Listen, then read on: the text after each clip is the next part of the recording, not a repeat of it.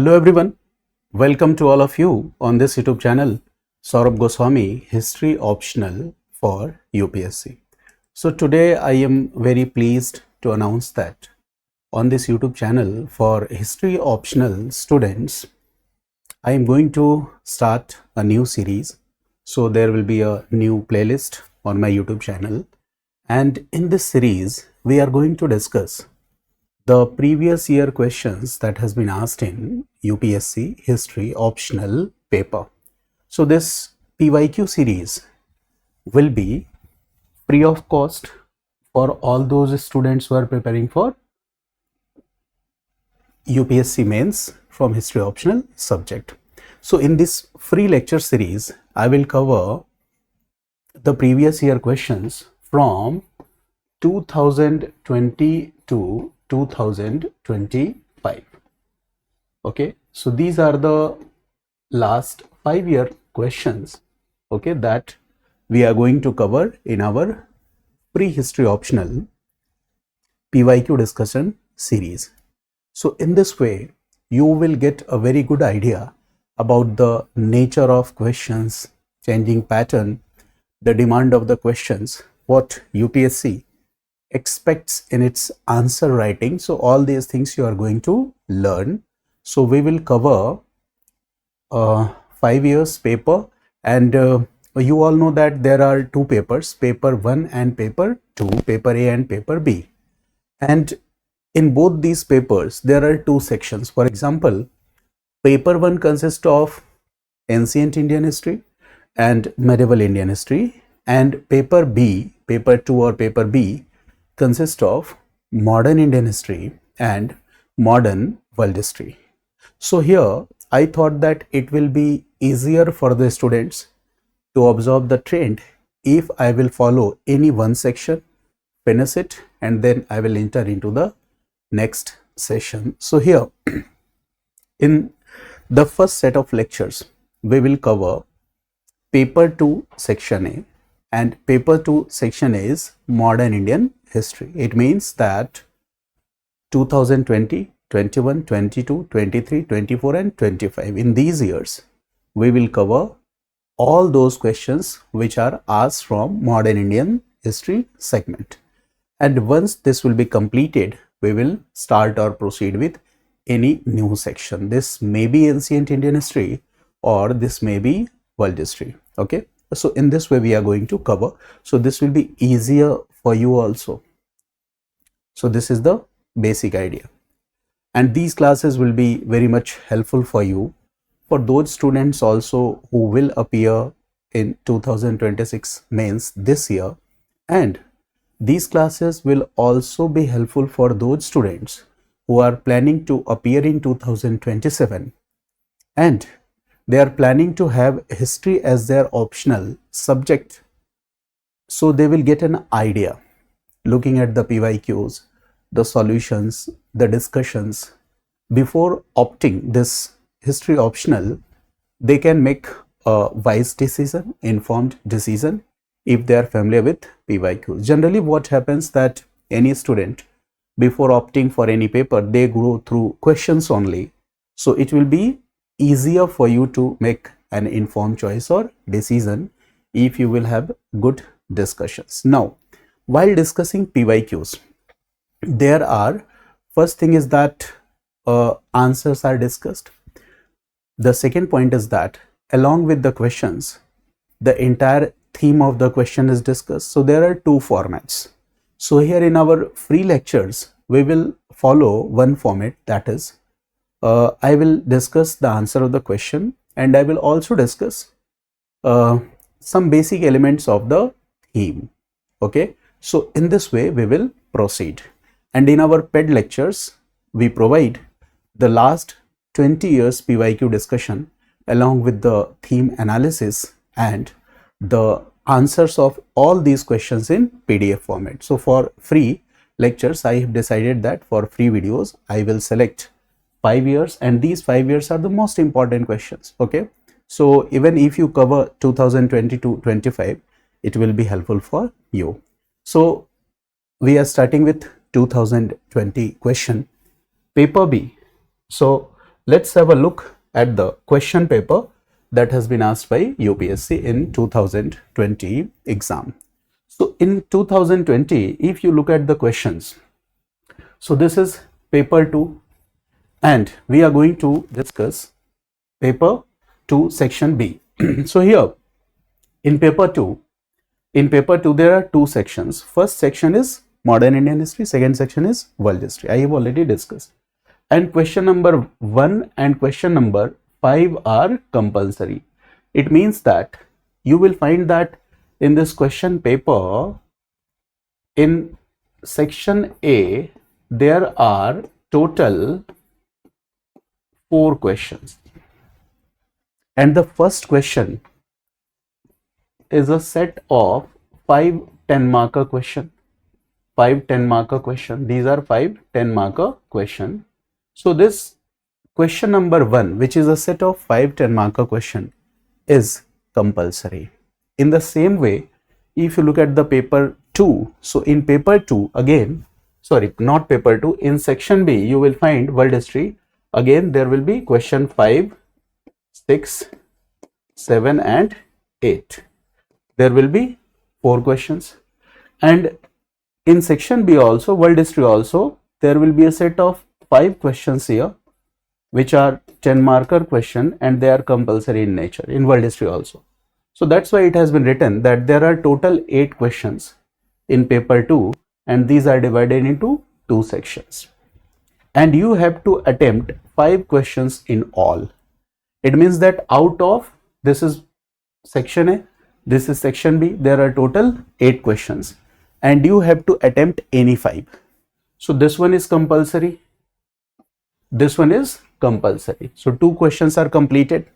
Now you have to attempt remaining 3. It means that total 5 questions you have to attempt out of 8, and out of these 5, 2 are compulsory. Now the remaining 3 question you have to select. Okay, ऐसा नहीं है, it does not, it's not like that you will select remaining 3 questions from any one particular section. You cannot do this. You will have to select at least one from any one of these sections. It means that now you have choices or the options available. You can select 2 questions from modern Indian history, or you can select 2 questions from world history and 1 question from modern Indian history, or 2 questions from modern Indian history, 1 question from world history. So in this way, the remaining questions you can select. You can better understand it by looking at this question, by looking at this paper. So this is section A. Section A means what? Modern Indian history. And this is question number A, which is compulsory. Question number one is compulsory. And in question number 1, these are 5 questions, A, B, C, D, E. All these 5 questions are 10 markers. It means that 10 into 5, 50 marks. And you have to write answer of each question in 150 words. It means that if the question is of 10 marks, you can write 150 words. And if the question is of 20 marks, so the word limit here will be 300 words. So while writing answer, you have to practice 2 formats. Writing answer in 150 words, and the second format is writing answer in 300 words. If the question is of 10 marks, you can write answer in 150 word limit. If the question is of 20 marks, you can write answer in 300 word limit. So there are 5 questions here. Now, there are total 4 questions in one section. So this is question 2, this is question 3, and this is question 4. There are remaining 3 questions. Now, when you look at these questions, you will find again that these questions are subdivided. What do you see here? That question number 2, it means that now you can choose either 2 from modern Indian history and 1 from world history, or 2 from world history or 1 from modern Indian history. So it is advisable, it is easy for you to select 2 questions from modern Indian history and 1 question from world history. So it is advisable. Here we will discuss the answer of all the questions, but look here. So again here you see that this question number 2 is again subdivided in 3 parts, A, B, C. And what do you see here? You see that question A is of 20 marks, B is of 20 marks, and C is of 10 marks. It means that question 2 overall is of 50 marks. Question 3 also overall is of 50 marks. Look here, 20, 20 and 10. And then question number 5 again, it is of 50 marks. How? Look here, 20 marks, 20 marks and 10 marks. So you can select 2 from modern Indian history and 1 from world history. It will be easier for you. Now here what we see, one thing, that 10 marker question, the word limit is 150 word. 20 marker question, the word limit will be 300 words.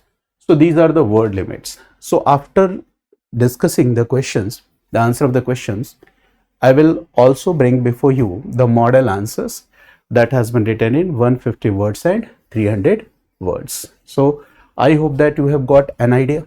Now the next part is world history, which we will discuss later. Section B is world history. Again, the format is same. There will be 4 questions, question 5, 6, 7 and 8. Look here, there are 4 questions, 5, 6, 7 and 8. The format is the same. Question number 5, which is compulsory, is divided into 5 questions, subparts C, D, E, 10 marker question, 5. Same format. Question number 6 is divided into 3 parts and the marks distribution is 20, 20, 10. Question number 7 is divided into 3 sub questions. Marks distribution is 20, 20, 10. Here the marks distribution again is 20, 20, 10. So if you select 2 questions from modern Indian history, so you are free to write answer of any one of these questions. You can write the answer of 6 or 7 or 8, looking at your preparation, looking at how much topics you have covered while your preparation. So this is a basic idea that we all know. Now this is the first class, that's why I am telling you some basic things. In the second lecture I don't have to repeat these things. Now when you look at the questions, first let's identify the theme of the question. So in modern Indian history, section A, when you look at question number 1, 10 marker question, so the first question is related to Sikh state and Ranjit Singh, which is a very popular topic in GS also. You must have studied about the Sikh state. You must have studied about Ranjit Singh in your GS preparation also. So what is the question here? The question is, Maharaja Ranjit Singh died in 1839. We all know Ranjit Singh time period 1801 to 1839. And his death was the signal for an outburst of anarchy all over the Punjab. This is the question. So the question 1 is related to Sikh state, Ranjit Singh.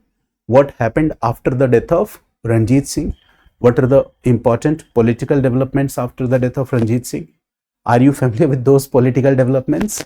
And if there are some historical debates, so you must be familiar with those historical debates. Then you will be able to write a good answer. The second question is related to, here the 2 themes are correlated in second question. The question says that in the initial stages when Indian nationalism was immature,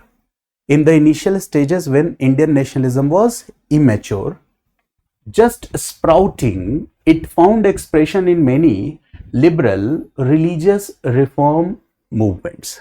So the question is basically interlinking 2 themes. First is the growth of early nationalism and it is linked with socio-religious reform movements. That what is the connection or linkages between these 2 topics? And there are important historical debates around these topics also, and that is why this question has been asked. Now the third question says that in the early 20th century there came into existence a number of women's organizations.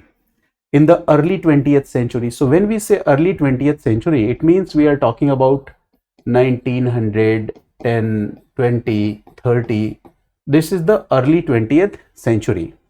And it says that there came into existence a number of women's organizations and which operated more actively in public arena and focused more directly on women's political and legal rights. It means that here UPSC expects that you must be familiar with the women's organizations also, and you must know that which were the important women organization which came into existence in the earlier 20th centuries. Plus, you also should know that what are the important demands of these women organization, and you also should relate this entire development with the growth and development of nationalist movement in India. That in the earlier 20th century, what was happening? The growth of nationalism. We see 1915 onwards, 1916, 1920 non-cooperation movement, 1919-20 non-cooperation movement, 2022. Okay, there are important developments. So we see that women also participated in NCM in large numbers.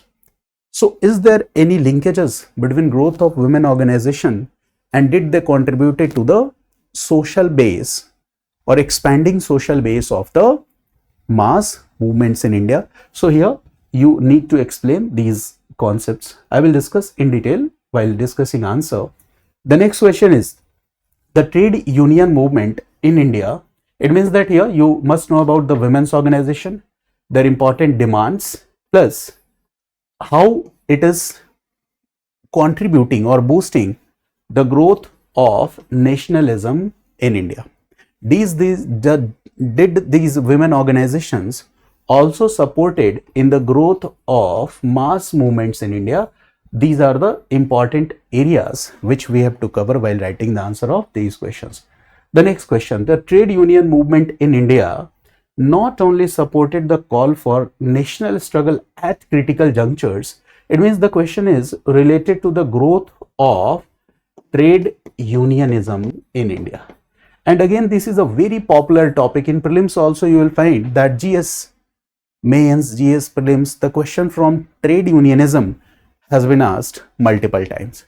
So even if you have a basic understanding of the trade unionism and the growth of trade union movement, you can easily write the answer of this question. It says that trade union movement did what?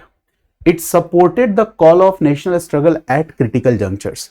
It means that in our national movement, at many critical junctures, trade union movement supported our Indian national movement. So when you talk about critical junctures, it may be non-cooperation movement, it may be civil disobedience movement. So trade union movement supported, okay. And then the second part of the question says that, but also impacted its course and character in several ways. It means that trade union movement also impacted the growth and development of our national movement in many ways. So we know that there were different ideologies who contributed in our Indian national movement. Okay, so there is socialist idea, how this trade union movement came into existence. It means that a good understanding of this entire development, you will be able to write a critical answer of this question. Okay, now the next question, based on his discussion with Indian leaders as well as his own perception, Lord Mountbatten soon come to the conclusion that partition was the only practical and feasible solution. This is a very popular question. We all know that 1940s onwards, we see deadlock between INC and Muslim League. We see deadlock between INC and British government, and the developments during Second World War. After Second World War, what happened? Okay, the talks failed, cabinet mission came, and we see that cabinet mission, okay, after cabinet mission, what we see that Mountbatten was sent to India to find a practical solution as soon as possible. So Mountbatten came, and what happened? He found a solution. The solution was partition plan. But here the question saying that Mountbatten came to the conclusion that partition was the only practical and feasible solution. Again, there are historical debates around this statement. That was it only practical solution? Was it only feasible solution? There are choices that are always available before us. In our life also, there is no any circumstances where we will say that this was the only option before me. There are always options before us, but we choose or select any one of them. It is a different thing that we are not able to look at those options. Okay, so this question is also very popular in GS also.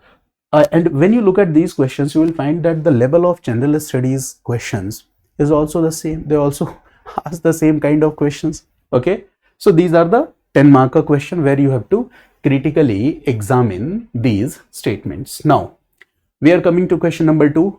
So what are the themes that are given here? I will discuss questions later. So just here one question has been selected from Duplay's role and strategy. Again, a very popular topic. The second question here is related to the revolt of 1857, and the question is asking about the not immediate causes but about the main reasons responsible for the revolt of 1857 simply. Okay, now the next question again is related to a very popular rebellion, that is Santhal Hul rebellion in 1855-56, and it is saying that it was the most effective tribal movement in pre-1857 India, that it was the most effective. Yes, it was effective, but it was not the most effective. There is a coal rebellion also, and there are new historical studies which compares about the impact of these two rebellions, coal and Santhal. So this question has been asked in light of the recent historical developments. So if you are familiar with this development, that coal rebellion is also equally important, Santhal is also important. So in one part of your answer, you must write this information also, that I will discuss in the answer.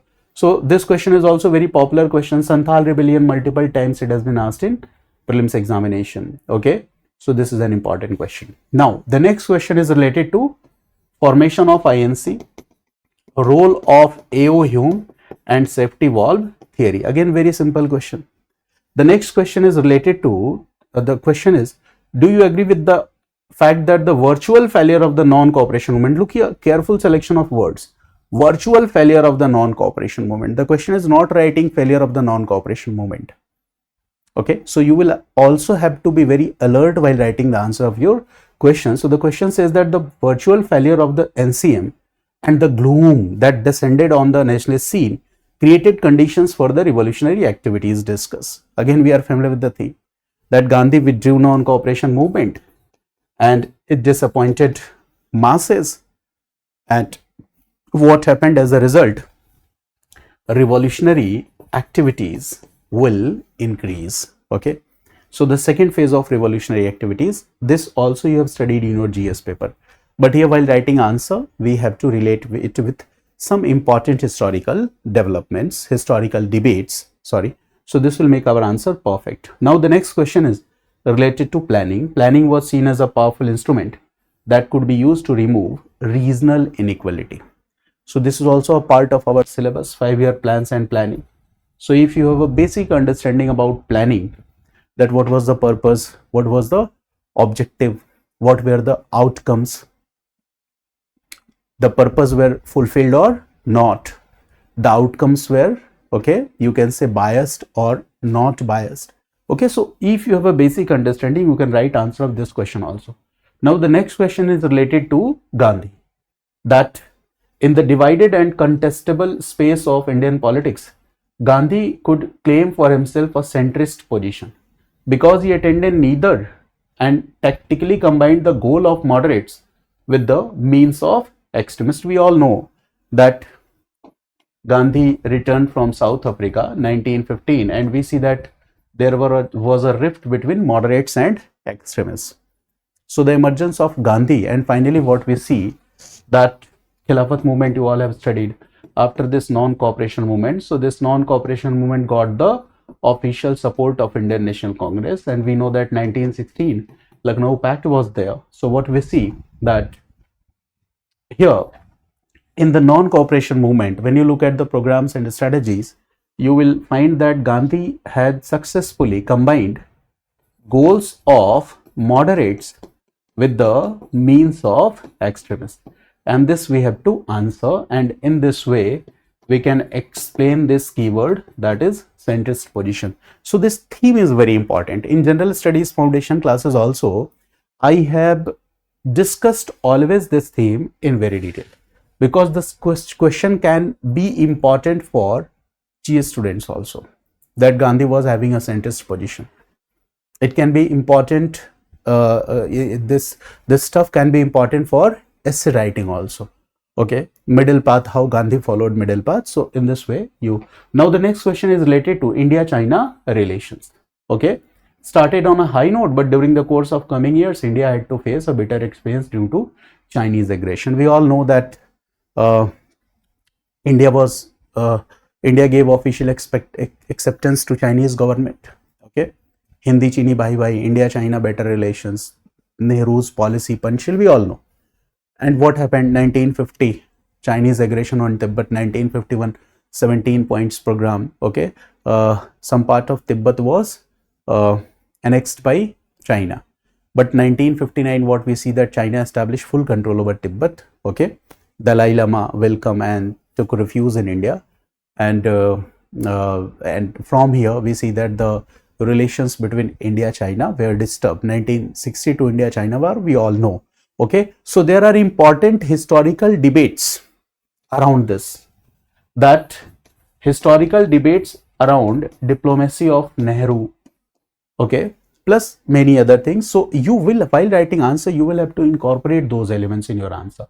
And this theme is also one of the most popular theme in polity also, in history also. The reorganization of states on the basis of languages was a major aspect of national consolidation and integration comment. Okay, in polity also you read that after independence, okay, many committees were formed, that linguistic states on the basis of languages states should be created or not. The famous movement of Poti, Shiramalu, all this you have read. Okay, finally it was decided that Andhra Pradesh linguistic states will be carved out. But here we don't need to write the facts and facts only, but here we will have to write the analysis. Okay, about around this entire development. So these are the questions. So when you look at the themes that has been asked in modern Indian history, you will find that these themes are the most popular themes which you study in your GS paper also. Sikh state, Ranjit Singh, we study in chapter 1, India in 18th century. Okay, then Indian nationalism, relation, social religious reforms and Indian nationalism, growth of nationalism. The relation between these two is also an important theme. Then the next one is women organization, role of women. This part is also very important. You will find that contribution of women, women role, women organization. This one question, okay, is very important. Trade union movement, again important theme. Then Lord Mountbatten plan, partition of India.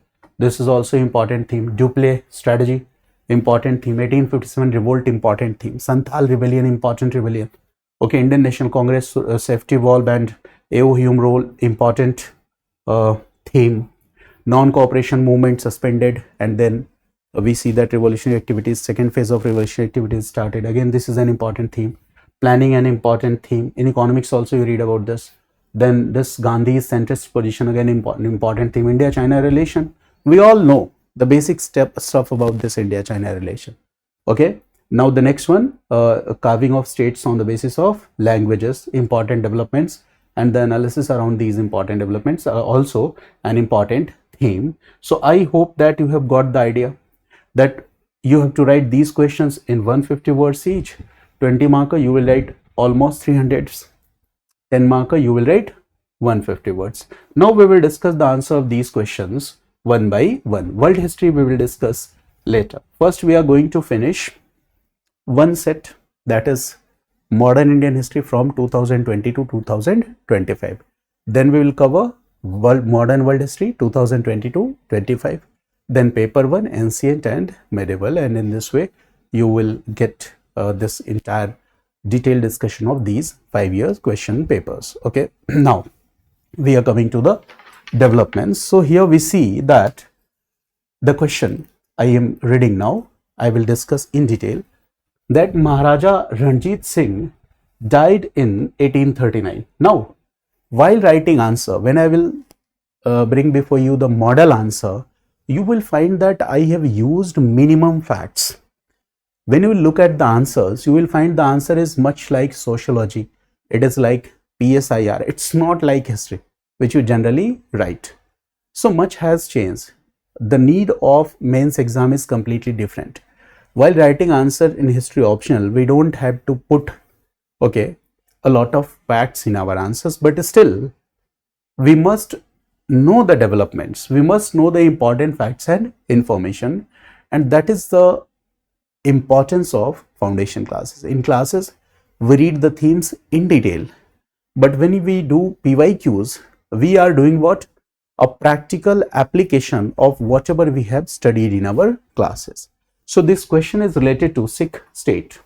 Okay, so first I will tell you some basic information, then I will display the answer so that you could recall the theme. You must have studied Sikh state.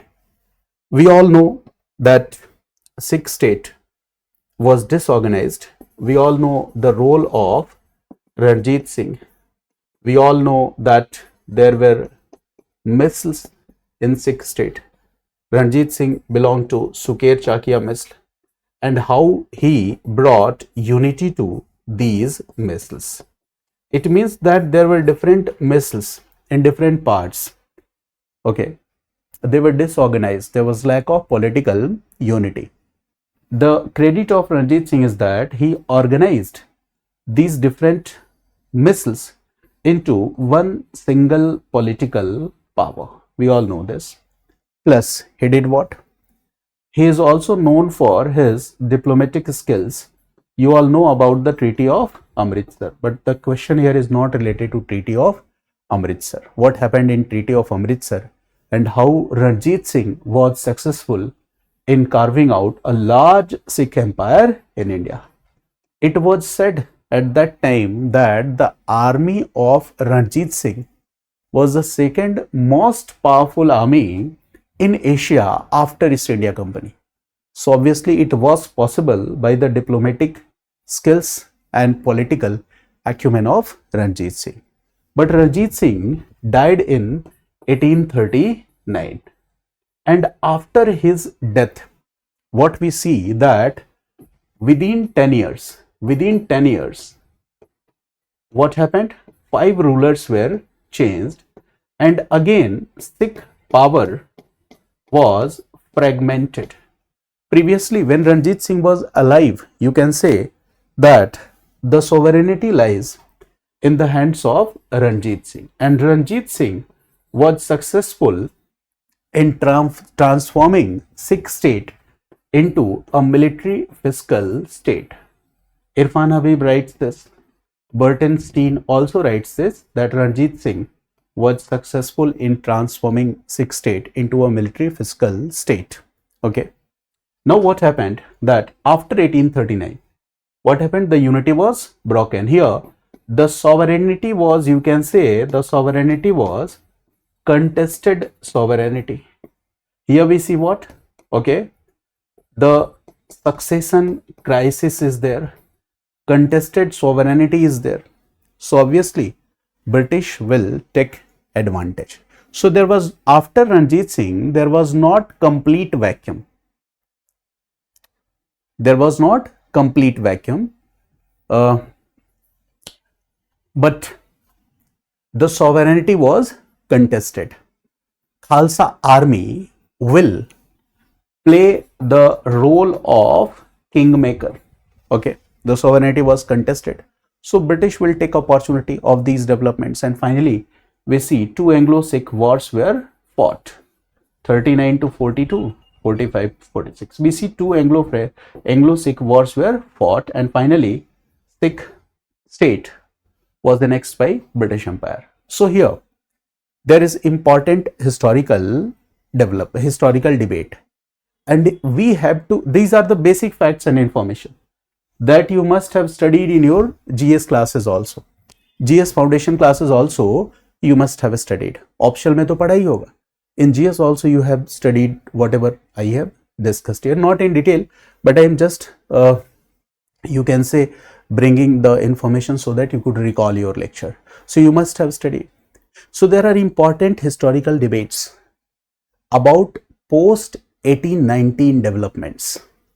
That was it a complete anarchy after 1839? Was it a complete vacuum after 1839? Okay, what happened in this phase of transition? Okay, so colonial historians, whenever they will write that yes, there was complete anarchy. For example, after death of Aurangzeb, what colonial historians write?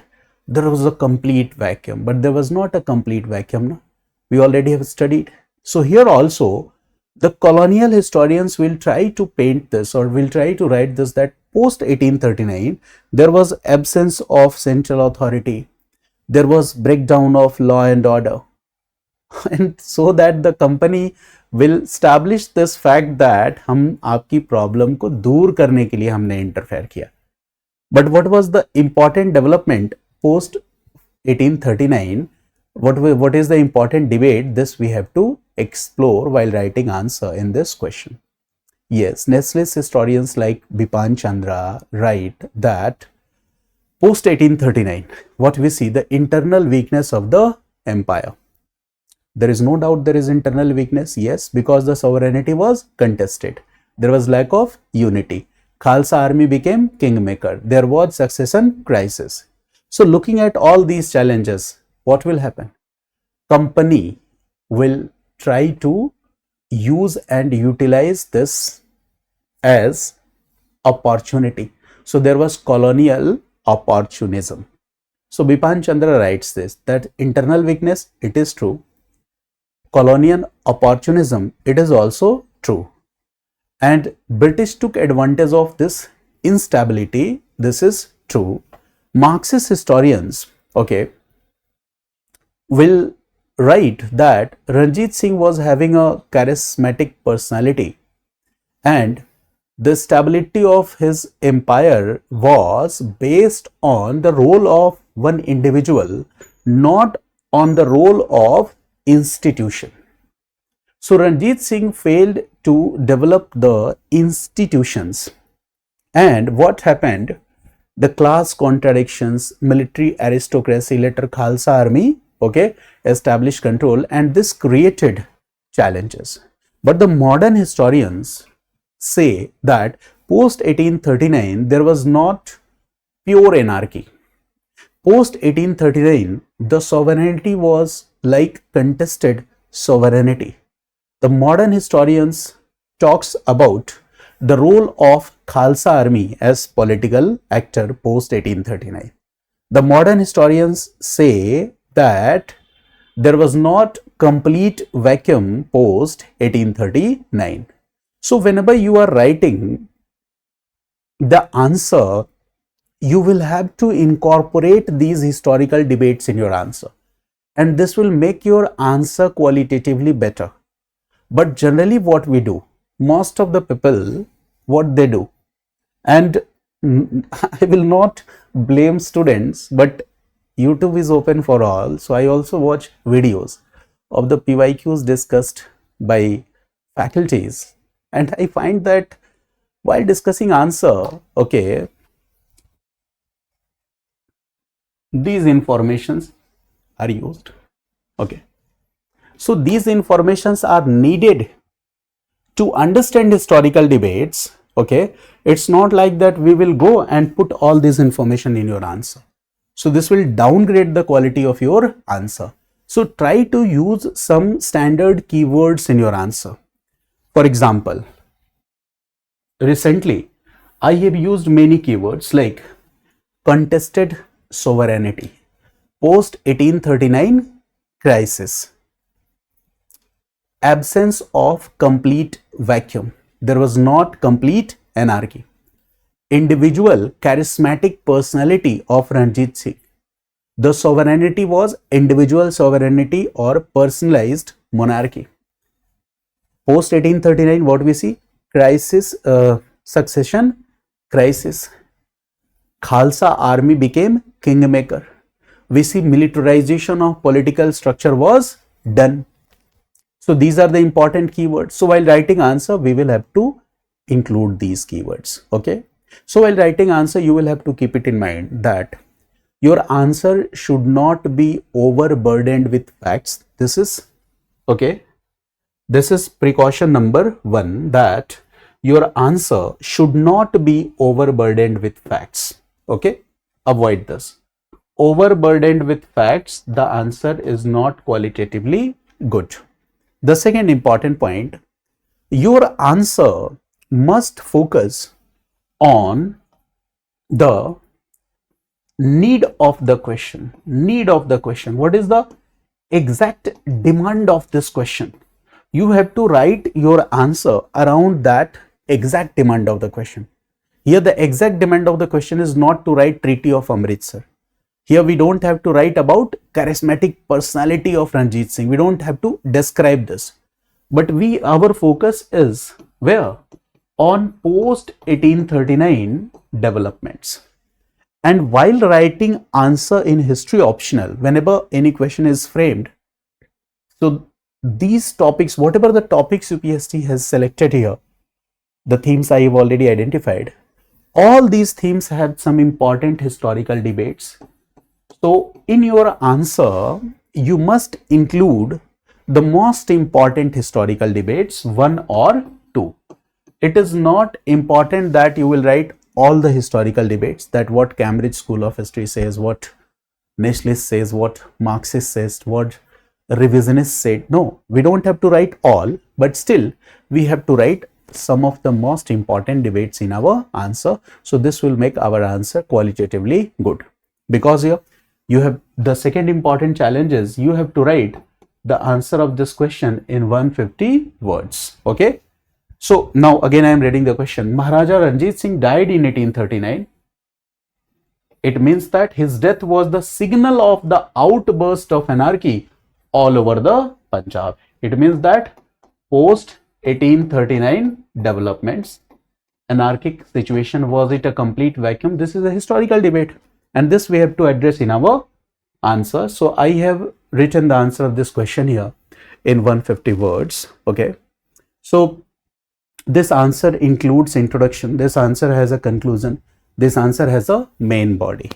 Since the word limit is very challenging, okay, so that's why we will you can say include those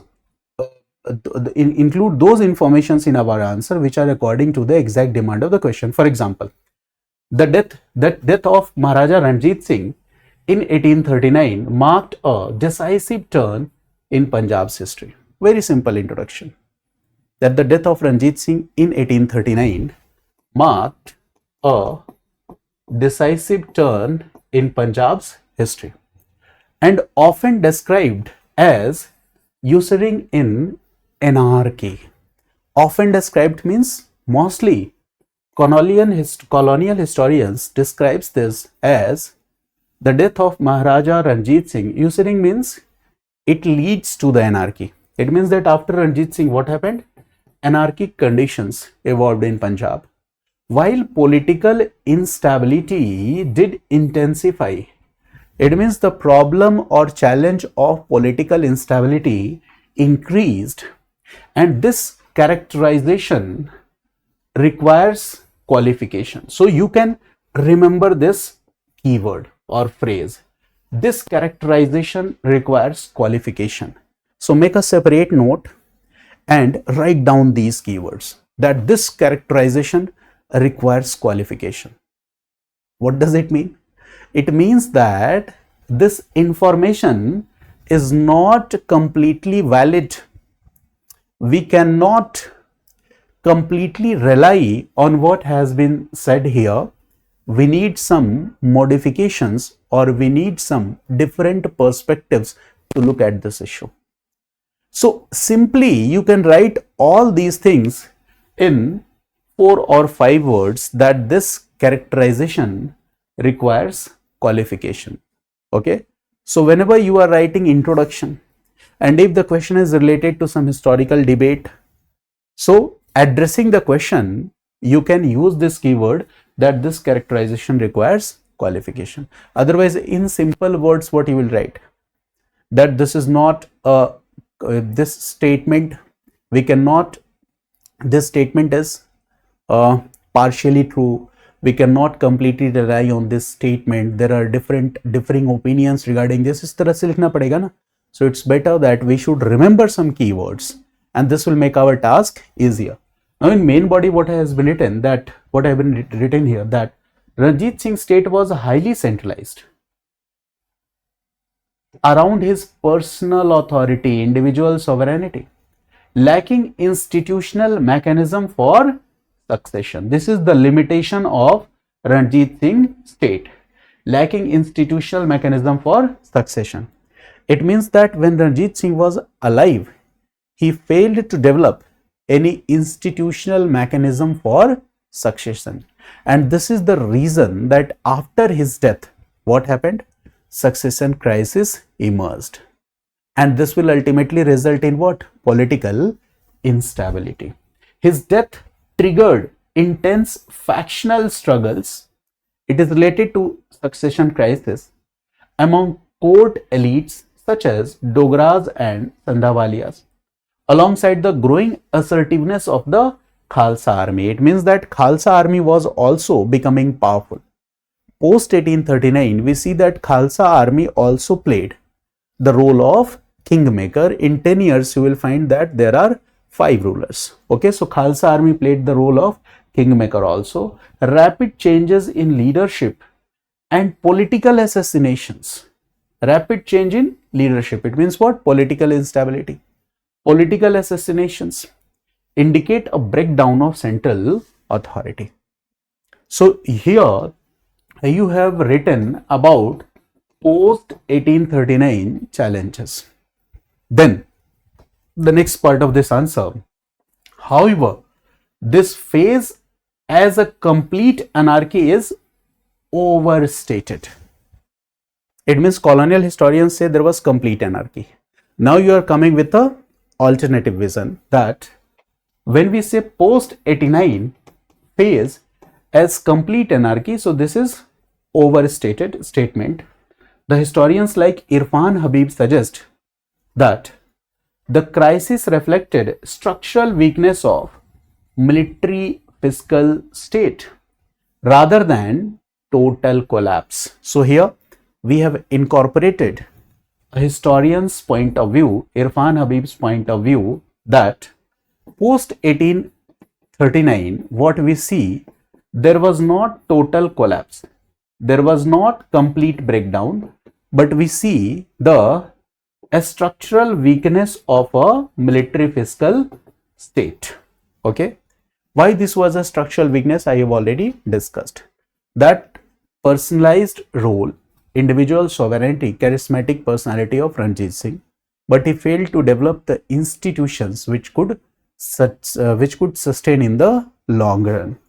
Now, administrative continuity persisted in regions, and the Khalsa army functioned as a political actor rather than a destructive force. It means there was not a complete vacuum. Yes, there was some weaknesses, but the administration or structure, some elements of this administration or structure was continue. The army was continue. Khalsa army was continue. And Khalsa army was a political actor post 1839 phase. Khalsa army played the role of kingmaker. Khalsa army was not a destructive force here, but Khalsa army played the role of a kingmaker. So it is not proper to say that there was a complete vacuum. Thus the period was less one of anarchy and more a phase of contested sovereignty.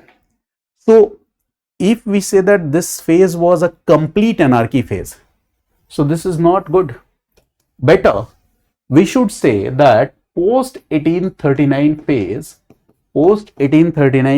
was a phase of contested sovereignty. Again, this is a historian's point of view, which facilitated eventually British annexations in 1849.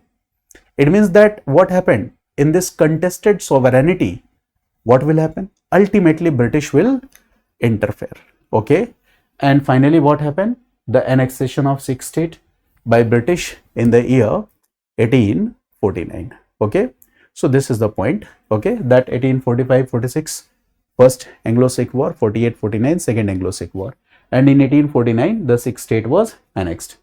So I hope that you have got my point that post 1839, you have to establish here that it was not complete anarchy, it was not complete vacuum, it was not complete breakdown. Okay, this is a transitional phase. Okay, and in this transitional phase, we see this was a phase of contested sovereignty. There was Khalsa army.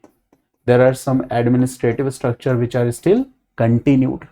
Okay, why here a powerful state was not maintained? The reason was a military fiscal state, and Ranjit Singh failed to develop the structure, failed to develop the institutions in long run, failed to bring a you can say institution, fails to bring a definite law or order for succession. So these are the reasons here. So in this way we can write answer of this question. Okay, so I hope that you have got my point. Now again, if you read the question that Maharaja Ranjit Singh died in 1839, his death was the signal for the outburst of anarchy all over the Punjab.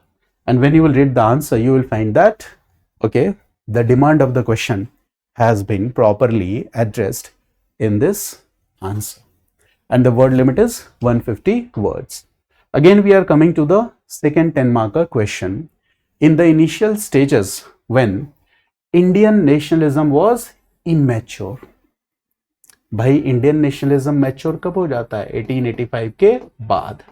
But in the initial stages, Indian nationalism was immature. We all know development of regional political associations started 1838 onwards.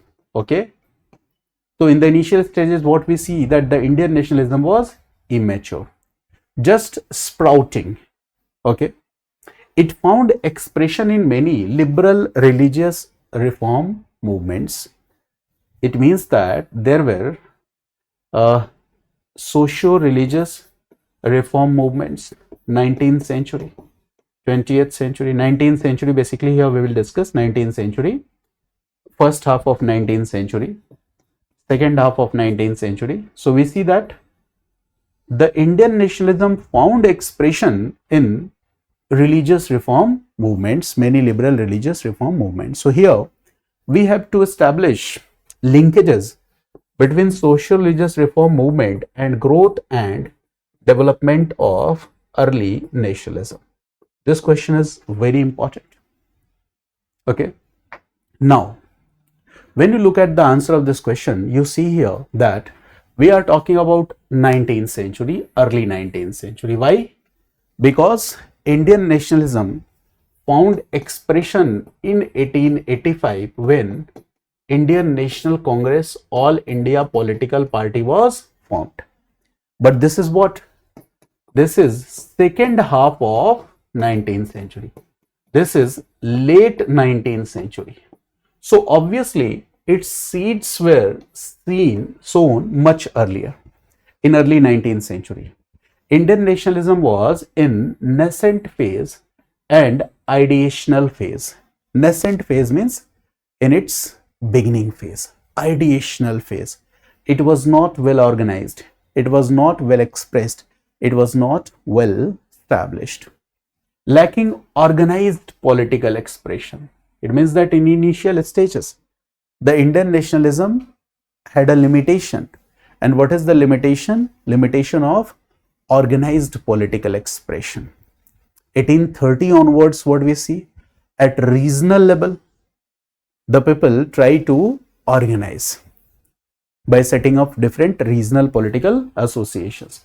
During this period, it find articulation through liberal religious reform movements that sought to reinterpret Indian society in the light of modern rationality.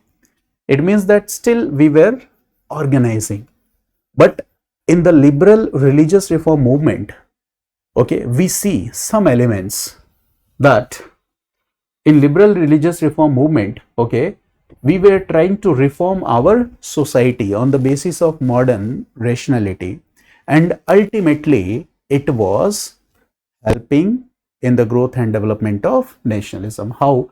Some examples like Brahma Samaj, Arya Samaj, they played a crucial role in promoting what? Social reform, rationalism, and a critique of orthodox practices. Now tell me, if we will fight with social levels, if we will introduce social reforms in society, if we will promote rational thoughts, if we will promote rationalism, sense of inquiry, if we will do criticize orthodox practices and behaviors, so obviously we will fight with social evils and religious evils, and this ultimately will promote what? This will promote cultural unity and a kind of intellectual awakening among people. So if unity is promoted among Indians, if intellectual awakening is promoted among individuals, so growing unity among Indian masses, promoting intellectual awareness among Indian masses, this is what? This is a kind of nationalism.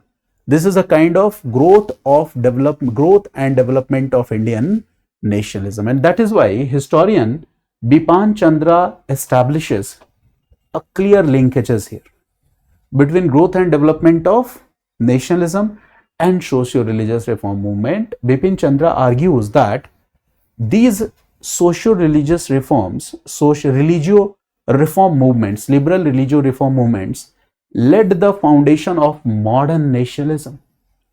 These movements also facilitated the emergence of public sphere and pan-Indian consciousness.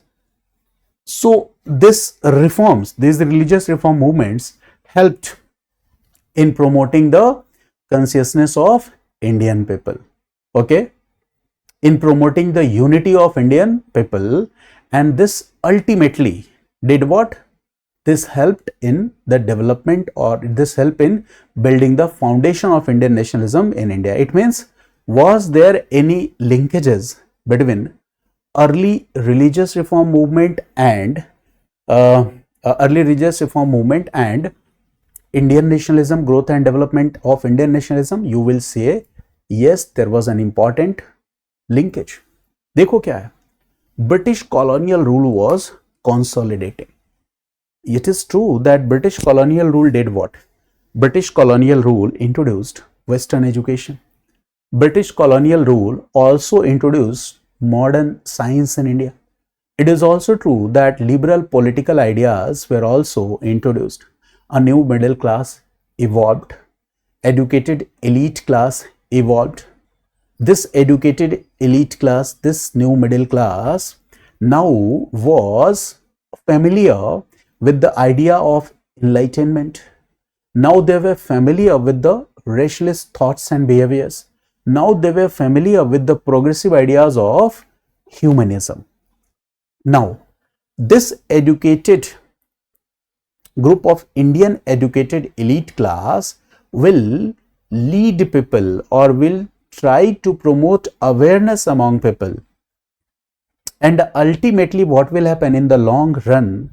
This will help in developing organized political nationalism, mass mobilization in India. This will happen. So we can say that nationalism in its initial phases, nascent phases, it was not a political movement. Political movement it became later with the development of RPS, regional political associations. It became political movement later with the establishment of Indian National Congress. But in the initial stages, it was not a political movement, but it was in the form of intellectual and cultural awakening. And how this intellectual and cultural awakening took place?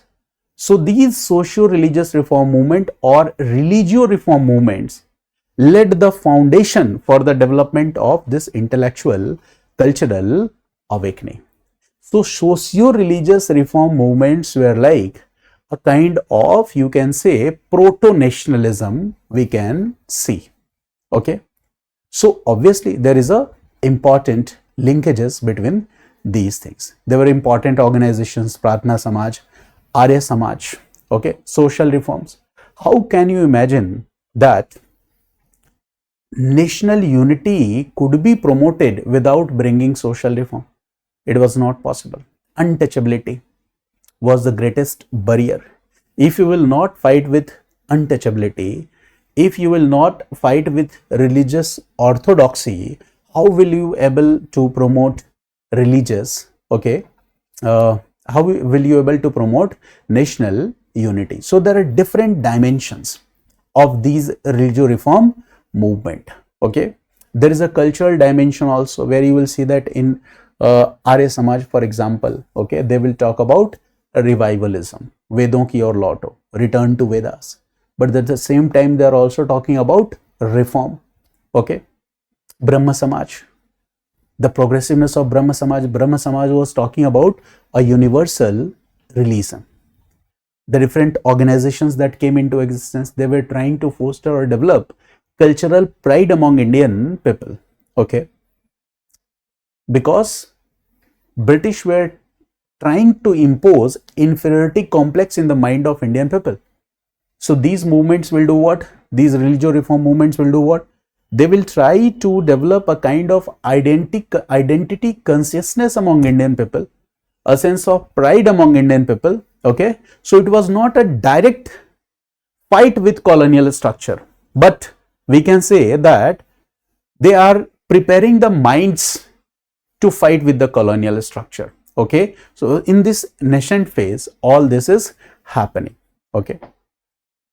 So this is the point here. I hope that you have got. Now the second part of this answer, how about the impact remained limited? Dekho, there is word limitation, so we cannot write each and everything, so we have to be very selective. We can write 1000 words, 2000 words on this topic, but still we have to be very selective. So in this part we have discussed that what these organizations were doing, what were they promoting, and here also we have discussed a historian's opinion that this social reform, rationalism, critique of orthodox practices led the foundation of modern nationalism and Indian consciousness. And here also we have discussed the limitation, because all these 5 question, 10 marker question are asking to critically examine the statements. So if you are examining critically, so you will also have to discuss limitations, okay. So what is the limitation? The impact of these religious reform movements was limited. Here we have incorporated one historian's opinion, Sumit Sarkar. What Sumit Sarkar writes?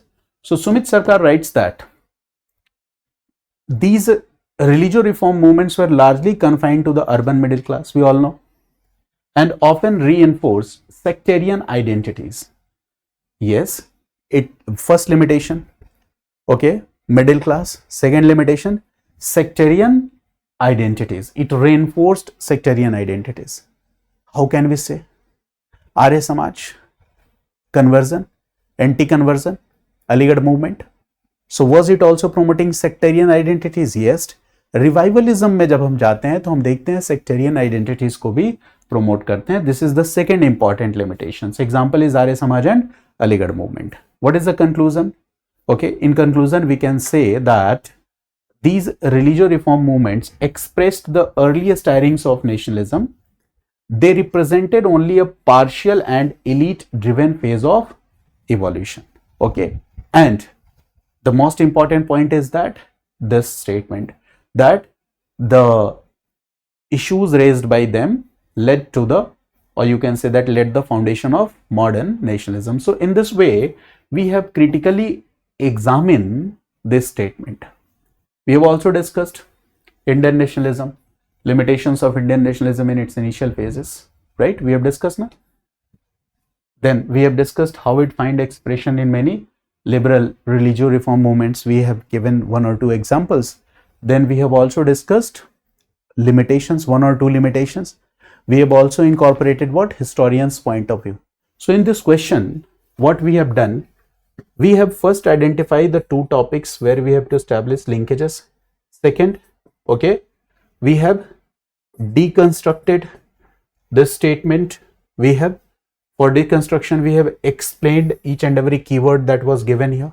Then we have also discussed, okay, historians' point of view. We have also discussed limitations. So in this way, this part of critically examining this statement is complete. I hope that you have got the answer.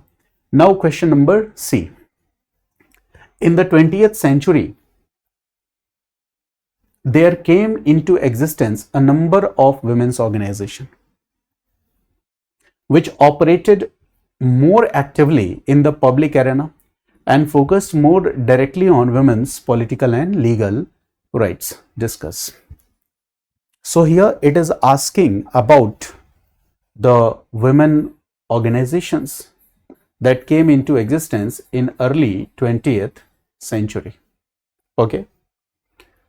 They operated in public arena, so we will have to explain. Focused more directly on women's political and legal rights. This also we have to explain. Okay. And at the same time, we have to establish the linkages of the achievements, demands, strategies of women organizations with the development of Indian national movement, because in early 20th century, we see there were important developments like non-cooperation movement, and here we see the women participation, okay, was, you can say, one of the highest women participation in national movement was seen. Under the leadership of Gandhi, what we see that women participant is remarkable. So this we have to explain. But now here, unless we don't know one or two organizations which came into existence in early 20th century, it will be difficult for us to write the answer of this question. And many a times in UPSC prelims examination, suppose a question has been asked here in optional paper in 2020. So here, if we talk about women organization in early 20th century, so one most important women organization is Bharat Stri Mandal, and it was set up in 1910. The second important one is Women's Indian Association. The year is 1917. The third important is All India Women's Conference. The year is 1927. Now, UPSC can ask question in prelims from these organizations, women organization. So while preparing for history optional paper, if such kind of questions are asked, and if they are particularly indicating towards some organizations, important facts, so we have to be alert that in future it can be asked as a prelims question. So before writing answer, before discussing the answer, first let's have a basic idea about these women organization. For example, first was Bharat Stri Mandal Mahamandal or Mahamandal. It was set up in the year 1910. It was founded by Sarla Devi Chaudhrani. This can be important for your prelims also. 1910, where it was set up, Allahabad, right? It was one of the first All India Women's Organizations. So important for prelims, Bharat Stri Mahamandal. Okay. Focus क्या है? Women's education and upliftment of women. और focus क्या है? Social reform. Okay. Since it is the first of All India Women Organization, so in the initial stages, what we see that direct political agitation is not a part of it.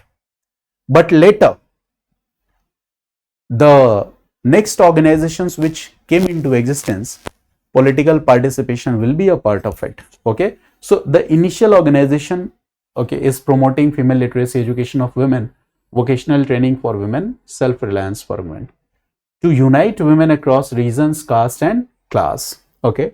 So in this way, with the establishment of Bharat Stri Mahamandal, we see the beginning of organized women's movement in India started, and this establishment of this organization created the public space for women's participation. And ultimately, what happened? It will pave the way for growth and development of women organization in the later stages. Like the second organization is All India Women's Conference, that I will discuss later. So in the initial stages, obviously,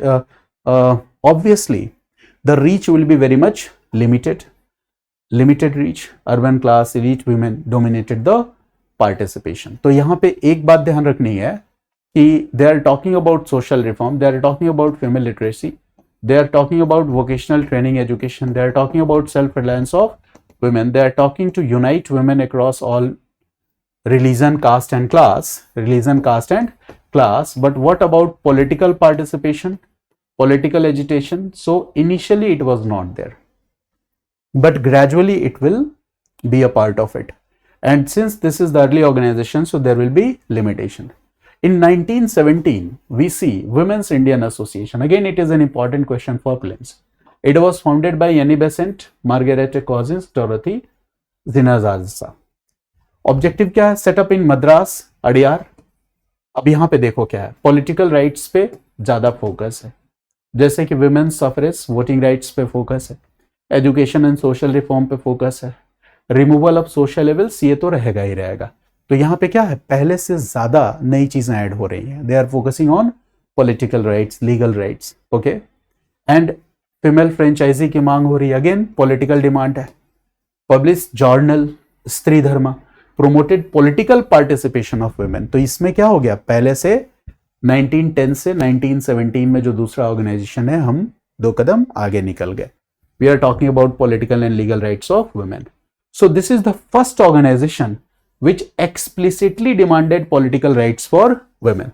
यानी कि इस organisation के बनने से एक नई बात देखने को मिली कि पहले वाला ऑर्गेनाइजेशन ज्यादा फोकस उसका सोशल रिफॉर्म पे था, and this organisation is more focused on political activism. But ultimately there will be limitations. ठीक है, अर्बन लेड होगा, है ना. So this is the point. But in the next stage 1927, we see All India Women's Conference came into existence, founded by Margaret Cousins and some other reformers. Objective देखो क्या है, education है, social reform है, plus ये included है political and legal rights. ठीक है. Child marriage restraint act 1929 में आया. They supported, they campaigned for women's franchise and equality, they worked for legal reforms for marriage and inheritance. And this organization became the largest and most influential women organization in India. And it represented women at national and international forums, all this. Okay. So it institutionalized the women movement in India by combining social reform with political advocacy. तो यहाँ पे एक नई चीज है, social reform, political advocacy, plus this is all India, national level. This is important. So these informations can be important for your prelims exam. But while writing answer, where we have to write answer of a 10 marker question in 150 word, we cannot write all the information about this organization.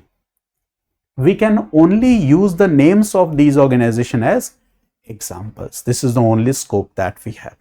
Again I'm reading the question, then I will discuss the answer. That in the early 20th century, now it is clear, early 20th century, 1910, 1917, 1927, यही तो है early 20th century. यहाँ पे organisation हो गया Bharat Stri Mahamandal, women Indian association, All India women conference. Again read the question. In the early 20th century there came into existence a number of women organisation. बहुत सारे women organisation existence में आए. तो question को पहले डिकंस्ट्रक्ट करो. तुम बताओ कि इन द अर्ली 20th सेंचुरी कौन कौन से वुमेन ऑर्गेनाइजेशन एग्जिस्टेंस में आए, which operated more actively in public arena and focused more directly on women's political and legal rights. तो पहले तो ये बताना पड़ेगा ना. तो देखो, in introductory part, what I have written here, that the early 20th century witnessed a significant shift from social reform to organized political activism among Indian women. And this is an important shift कि organised political activism शुरू हो रहा है. yes, it was at regional level, but yes, this is an important development. It was marked by the emergence of several women's organizations operated within the public sphere. Here you can write examples like, हालांकि मैंने यहाँ भी लिखा है, okay, names लिखे हैं, but here you can write examples like Bharat Stri महामंडल, structure draw कर दो और ईयर्स लिख दो. ठीक है. Women's Indian association, All India women's conference लिख सकते हो. ठीक है. Now the main body you will be writing organizations such as Women Indian Association and All India Women's Conference mobilized educated women to demand suffrage, legal reforms, political representation. They actively participated in nationalist politics. अब देखो यहाँ पे क्या है, organized conferences and campaigned for reforms in where marriage, education, inheritance laws. अब यहां पे देखो हिस्टोरियंस पॉइंट ऑफ व्यू भी मैंने इनकॉर्पोरेट किया.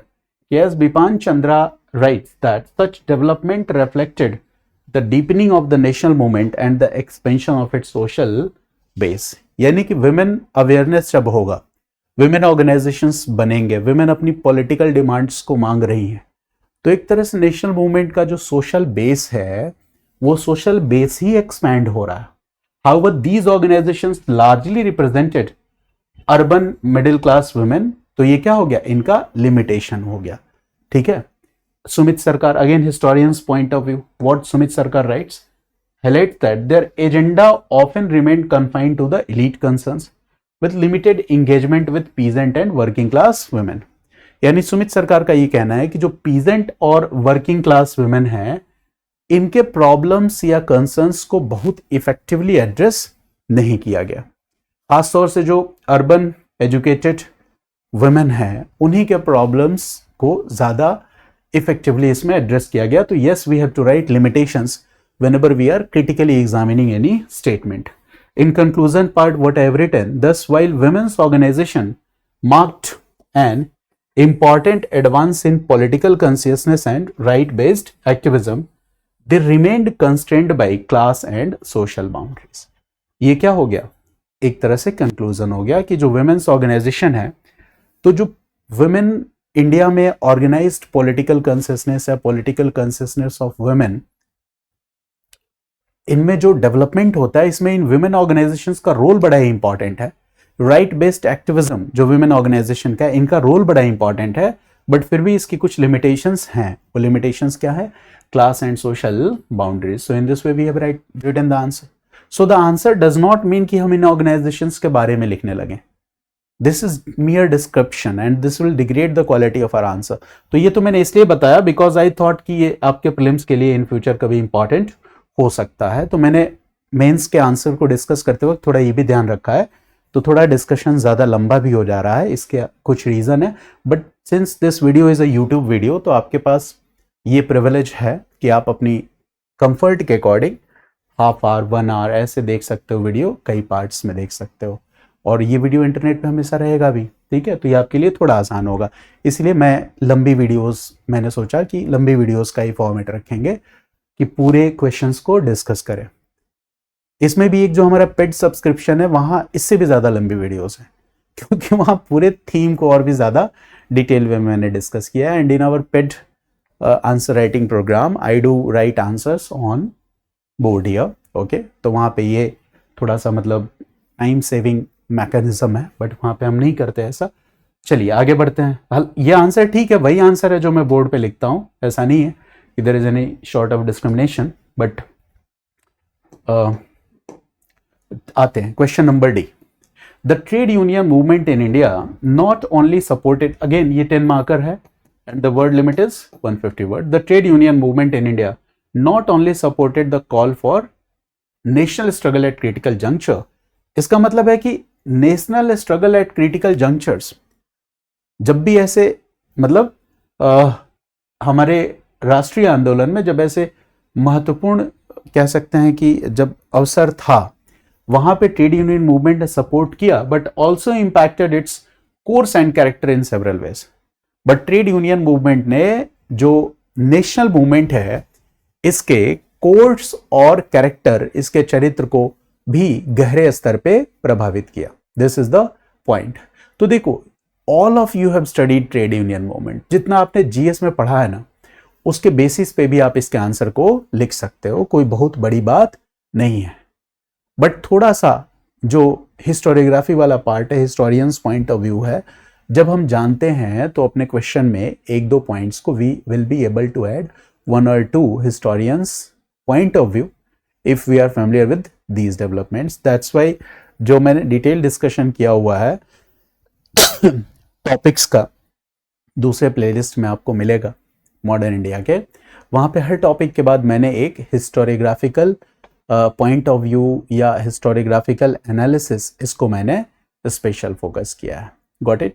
ये रीजन है. चलिए अब क्वेश्चन को देखते हैं. तो देखो, इसमें क्रिटिकली एग्जामिन क्वेश्चन के शुरू में लिखा हुआ था, तो एक स्टेटमेंट है जिसको हमें क्रिटिकली एग्जामिन करना है, ट्रेड यूनियन मूवमेंट को. तो देखो, ट्रेड यूनियन मूवमेंट जो है, क्या इसने national struggle, national freedom movement में सपोर्ट किया? ये पहला वो है इस क्वेश्चन में कि जो ट्रेड यूनियन मूवमेंट है, क्वेश्चन खुद ही कह रहा है कि नेशनल मूवमेंट को सपोर्ट किया क्रिटिकल जंक्चर्स पे, कई महत्वपूर्ण जगहों पे नेशनल मूवमेंट को इसने सपोर्ट किया। दूसरा, जो नेशनल मूवमेंट है इसके कोर्स को और इसके कैरेक्टर को कैसे ट्रेड यूनियन मूवमेंट ने प्रभावित किया, ये दो चीजें हमें बतानी है, how it influenced its course and character. यानी दो तीन चीजें आपको जोड़नी है, एक नेशनल मूवमेंट जोड़ना ही जोड़ना है, प्लस आपको ट्रेड यूनियनिज्म या लेबर मूवमेंट की भी जानकारी होनी चाहिए, प्लस इसको थोड़ा पॉलिटिकल इकोनॉमी से भी जोड़ के आप दिखा सकते हो। Okay, so these are three basic areas where we can explain. AITUC, All India Trade Union Congress, सब आप लोगों ने जीएस में पढ़ा है, 1920 All India Trade Union Congress. Lajpat Rai पहले प्रेसिडेंट, कहां बनाया गया? बॉम्बे में। और आपको पता है कि 20th सेंचुरी के जो का फर्स्ट हाफ है वहां पे बॉम्बे जैसे शहर, सूरत जैसे शहर, ये इंपॉर्टेंट क्या है? इंडस्ट्रियल टाउन्स और सिटीज हैं। मैं इंडस्ट्रीज इन मॉडर्न सेंस की बात नहीं कर रहा हूं, I am not talking about industries in modern sense, but yes, AITUC was formed, all India Trade Union Congress was formed 1920। और ये इंडिया में नेशनल लेवल का, क्योंकि नाम ही क्या है? All India Trade Union Congress, All India Trade Union Congress. तो All India means national level, यानी at national level this was the first trade union organisation in India.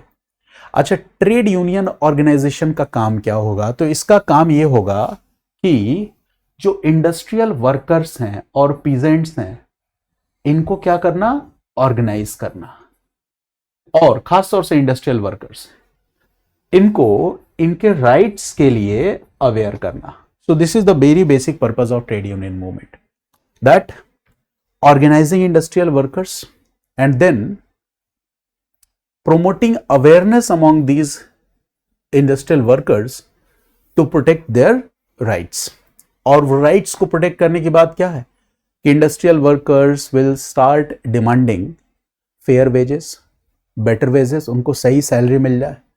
They will start raising the issues of improving the working conditions in the factories, कि factories में जो safe working conditions हैं उनको maintain किया जाए।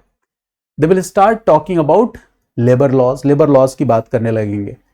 जब उनके अधिकारों की बात आएगी तो दो स्ट्राइक भी करेंगे, लेबर प्रोटेस्ट भी करेंगे, नेशनल और इंटरनेशनल फोरम पे अपनी बात भी रखेंगे, इंपॉर्टेंट नेशनल लीडर्स से वो अपने इश्यूज को लेके आके बताएंगे। इस तरह की चीजें हैं। और जब हम ट्रेड यूनियन मूवमेंट में देखते हैं, लेबर मूवमेंट में देखते हैं, तो यहाँ भी जो लीडर्स हैं उनमें भी दो कैटेगरी है, कुछ लीडर्स मॉडरेट हैं और कुछ लीडर्स क्या है? रेडिकल है। तो इस तरह की कंडीशन है। अब दूसरी तरफ क्या हो रहा है? ये एक अलग तरह का मूवमेंट हो गया, trade union, labour movement. The industrial workers are fighting for their rights, they are making demands to improve the life conditions, wages और ऑल सारी चीजें। दूसरी तरफ एक पैरेलली हम क्या देख रहे हैं कि जो हमारा इंडियन नेशनल मूवमेंट है वो भी चल रहा है, एंटी कॉलोनियल मूवमेंट, और उस मूवमेंट को लीड कौन कर रहा है? Indian National Congress. और जो स्ट्रक्चर है पूरा का पूरा वो कैसा है? कॉलोनियल स्ट्रक्चर है। जो इंडियन इकोनॉमी है बेसिकली वो इंडियन इकोनॉमी क्या है? इंडियन पॉलिटिकल इकोनॉमी है। ये बात आपको समझना है। तो जो हिस्टोरियंस का अलग अलग ग्रुप है, जैसे एक तो नेशनलिस्ट हिस्टोरियंस हो गए, जैसे बिपान चंद्रा की बात हम बार बार कर रहे हैं। तो जो नेशनलिस्ट हिस्टोरियंस हैं वो ये मानते हैं कि ट्रेड यूनियन मूवमेंट जो है इसने क्या किया कि जो इंडियन नेशनल मूवमेंट है इसको सपोर्ट किया, सपोर्टिंग बेस प्रदान किया। Trade union movement gave supporting base to Indian national movement. वही Marxist historians they say that labour movement और ट्रेड यूनियन मूवमेंट एक ऑटोनोमस क्लास स्ट्रगल था, और कई जगहों पे ये जो इंडियन मास मूवमेंट था या इंडियन नेशनल मूवमेंट था, इसके साथ ट्रेड यूनियन मूवमेंट या लेबर मूवमेंट कॉन्ट्राडिक्शन भी था, इसका कई जगह कॉन्फ्लिक्ट भी था। तो ये बात आपको ध्यान रखना है कि nationalist historians like Bipan Chandra will say कि ट्रेड यूनियन मूवमेंट जो था नेशनल मूवमेंट को क्रिटिकल जंक्चर्स पे सपोर्ट किया और नेशनल मूवमेंट को एक तरह से सपोर्टिंग हैंड था। मार्क्सिस्ट हिस्टोरियंस जैसे सुमित सरकार को अगर आप लेंगे तो वो कहेंगे ये एक ऑटोनोमस क्लास स्ट्रगल था, और कई जगहों पर तो इसका नेशनल मूवमेंट या नेशनलिज्म के कई आइडियाज के साथ कॉन्फ्लिक्ट भी था, है ना, ये चीजें हैं। तो इस तरह से अलग अलग हिस्टोरियंस हैं जिनकी अलग अलग वो है, बट फिर भी, है ना, मास कैरेक्टर ऑफ नेशनलिज्म या जो नेशनल मूवमेंट के सोशल बेस को बढ़ाने में ट्रेड यूनियन मूवमेंट का रोल है, ये बात मानना पड़ेगा। लेबर मूवमेंट या ट्रेड यूनियन मूवमेंट को लेके एक हिस्टोरिकल डिबेट ये होता है कि क्या ये पूरी तरह से ऑटोनोमस क्लास स्ट्रगल या मूवमेंट था, या इंडियन नेशनल कांग्रेस ने इस क्लास मूवमेंट को अपना मतलब अपने अधीन कर लिया, सबऑर्डिनेट बना लिया, और इस तरह से चीजें चलती हैं। तो there are so many debates that are around this topic, labour union movement. Got it? Okay. तो दो बात हमेशा आप याद रखिएगा, बिपान चंद्रा वाली जो इंटीग्रेशन विथ नेशनलिज्म की बात करते हैं, और सुमित सरकार जो ये कहते हैं कि ऑटोनॉमी और टेंशंस नेशनल मूवमेंट के साथ, है ना, ऑटोनोमस लेबर मूवमेंट की तरफ वो इशारा करते हैं। ये बात समझ गया। 19वीं सेंचुरी की बात चल रही है, इंडस्ट्रियलाइजेशन, मतलब बॉम्बे और कलकत्ता की बात हम करें तो मॉडर्न इंडस्ट्रीज तो नहीं थी जैसे ब्रिटेन में थी, बट हाँ, बॉम्बे में टेक्सटाइल इंडस्ट्री, कलकत्ता में jute industry, these are important industries. तो अगर वहाँ इंडस्ट्रीज है तो एक इंडस्ट्रियल वर्किंग क्लास भी इवॉल्व होगा, उसकी वर्किंग क्लास की अपनी चैलेंजेस भी होंगी, अपनी डिमांड्स भी होंगी, स्ट्राइक्स भी होंगे। इन्हीं सबको एड्रेस करने के लिए all India Trade Union Congress AITUC existence में आता है। जो लेबर्स हैं या इंडस्ट्रियल वर्कर्स हैं, उन्होंने नॉन कोऑपरेशन मूवमेंट में पार्टिसिपेट भी किया था, सीडीएम में भी पार्टिसिपेट किया था, है ना। जो स्ट्राइक है, हड़ताल, एक तरह से पॉलिटिकल टूल है, किसका? इंडस्ट्रियल वर्कर्स का। उस पॉलिटिकल टूल को भी यूज किया गया हमारे इंडियन नेशनल मूवमेंट में। तो ये कुछ बेसिक बातें हैं that we must know before writing the answer of this question. ठीक है, now let's discuss answer of this question. अब कुछ रिकॉल हो गया आपने जो पढ़ा होगा क्लासेस में, अब इसके आंसर्स पे हम बात करते हैं। तो देखो, एक बार और क्वेश्चन पढ़ दूं। The trade union movement in India not only supported the call for national struggle at critical junctures but also impacted its course and character in several ways। ठीक है, got it। दूसरी बात देखो, अब देखो introduction. The rise of trade union movement in early 20th century India introduced a significant working class dimension to the national struggle। ठीक है, यानी कि जो हमारा नेशनल स्ट्रगल था, इसमें एक नया डायमेंशन जुड़ गया, ये है वर्किंग क्लास या इंडस्ट्रियल वर्कर्स का डायमेंशन। एक नया ऑर्गेनाइजेशन भी आ गया हमारे सामने, All India Trade Union Congress. हालांकि All India Trade Union Congress के अपने डिमांड्स थे, लेकिन चूंकि since the structure was colonial structure, so ultimately okay what will happen, their demands will be aligned with anti-colonial politics, and when their demand will be aligned with anti-colonial politics, so obviously what will happen when once your demand are aligned with anti-colonial politics, so in this situation you are like supporting hand to Indian nationalism or national movement. So this you have written in your first introductory part, that the rise of trade union movement in early 20th century 1920 in India introduced a significant working class dimension to the national struggle. Organizations such as All India Trade Union Congress mobilized industrial worker and aligned their demand with anti-colonial politics. Main body में what we'll write, since we have to write in 150 words only, so we'll write that trade unions actively supported national movements by organizing strikes and protests, okay, in NCM and CDM। यानी कि trade unions ने क्या किया, NCM और CDM में contribute किया, जो strikes और प्रोटेस्ट थे उन सब चीजों को लाके। अब यहाँ पे हिस्टोरियंस पॉइंट ऑफ व्यू क्या है, Bipan Chandra. Bipan Chandra argues that this integration strengthened the mass of nationalism. The labor movement influenced the course of struggle by introducing more militant methods and a sustained mass mobilization। ठीक है, ये चीजें आप समझ गए। देखो, यानी कि मास मोबिलाइजेशन, स्ट्राइक्स, तमाम ऐसी चीजें हैं जो हमारे इंडियन नेशनल मूवमेंट में मास मूवमेंट्स की स्ट्रेटजी का हिस्सा आते हैं, तो वो यहीं से आता है। Importantly it also shaped the character. Okay, देखो यहां पे हमने बात किया how it shaped the course of national movement, how it shaped the course of anti colonial struggle, बताया ना।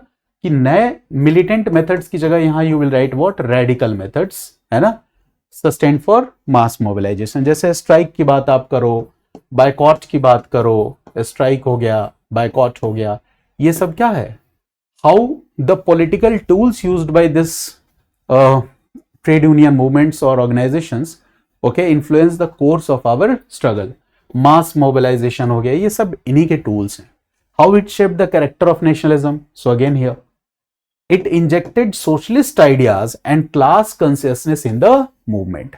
यानी कि इंडियन नेशनल मूवमेंट के कोर्स को कैसे इन्फ्लुएंस किया, तो जो पॉलिटिकल टूल्स हैं वो इंक्लूड हो गए। इंडियन नेशनल मूवमेंट के कैरेक्टर को कैसे इन्फ्लुएंस किया, so here we are saying that socialist ideas और क्लास कंसियसनेस जो है इसको मूवमेंट में शामिल किया। Got it.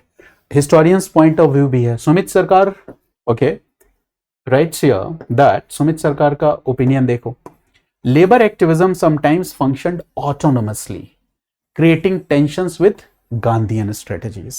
ठीक है, ये बहुत बड़ा डिबेट है, यहां पे हमने बस एक इनपुट दिया है कि लेबर मूवमेंट तो ऑटोनोमसली फंक्शन कर रहा था और कई बार यह गांधीयन स्ट्रेटजीज के साथ इन कॉन्फ्लिक्ट भी था। हमने गांधीयन स्ट्रेटजी क्यों कहा, because we know that after 1885 what we see that INC became synonymous to Indian National Congress.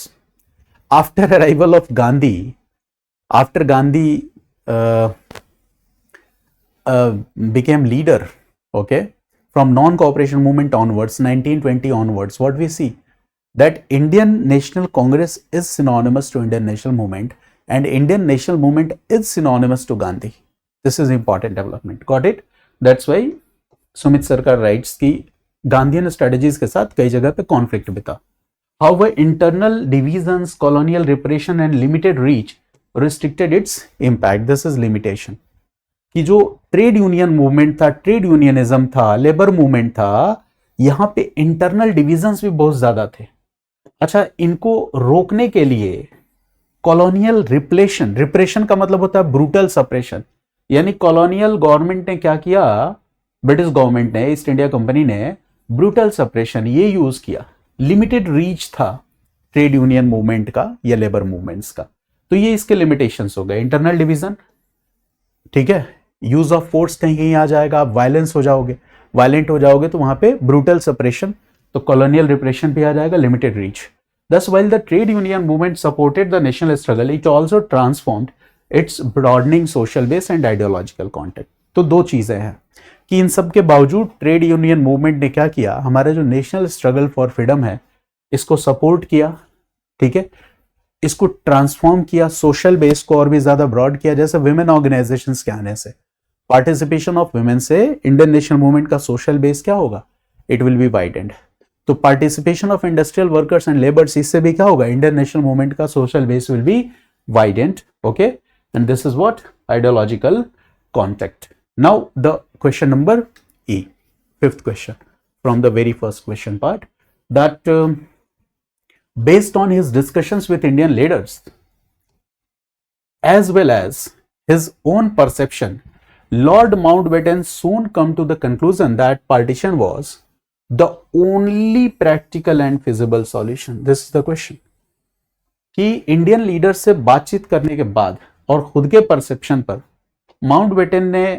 Mountbatten इस कंक्लूजन पर पहुंचा कि इंडिया के लिए जो पार्टीशन प्लान है यही it is the only practical and feasible solution, यही एकमात्र प्रैक्टिकल सॉल्यूशन है, यही एकमात्र फिजिबल सॉल्यूशन है। माउंटबेटन इस डिसीजन पे पहुंचा, इस कंक्लूजन पे पहुंचा।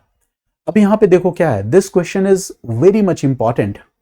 GS students also have studied this. Here we are talking about role of Mountbatten and partition of India. Role of Mountbatten and partition of India. अब बताओ यहाँ पे कितने सारे हिस्टोरिकल डिबेट्स होंगे कि नहीं।